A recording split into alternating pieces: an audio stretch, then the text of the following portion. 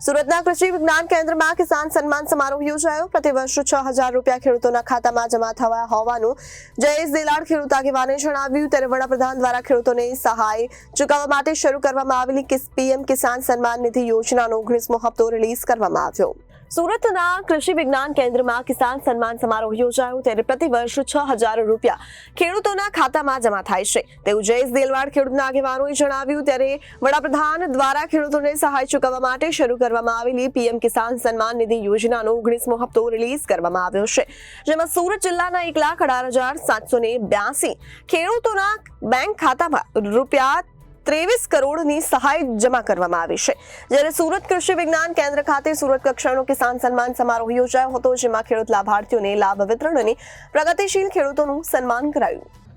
પ્રધાનમંત્રી કિસાન સન્માન નિધિમાં સુરત જિલ્લામાં લગભગ 1,18,000 ખેડૂતોના ખાતામાં 23 કરોડ રૂપિયા જમા થયા છે।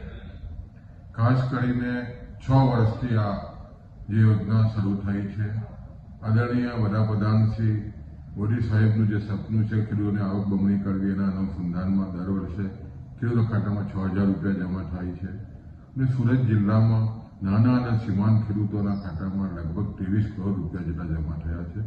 ખેડૂતોમાં એક આનંદ છે અને છેલ્લા 6 વર્ષથી શરૂ થયેલી આ યોજનાને કારણે ખેડૂતોમાં ખાસ કરીને બિયારણ અને ખાતર ખરીદવા માટે મોટો ટેકો મળી રહ્યો છે। સમગ્ર ગુજરાતની વાત કરીએ લગભગ અત્યાર સુધીમાં 20,000 કરોડથી પણ વધારેની રકમ 55 લાખ ખેડૂતોના ખાતામાં જમા થઈ છે અને આ યોજનાનો સમગ્ર ભારત દેશમાં તમે જુઓ તો 9 કરોડ અને 70 લાખ જેટલા ખેડૂતો લાભ લઈ રહ્યા છે।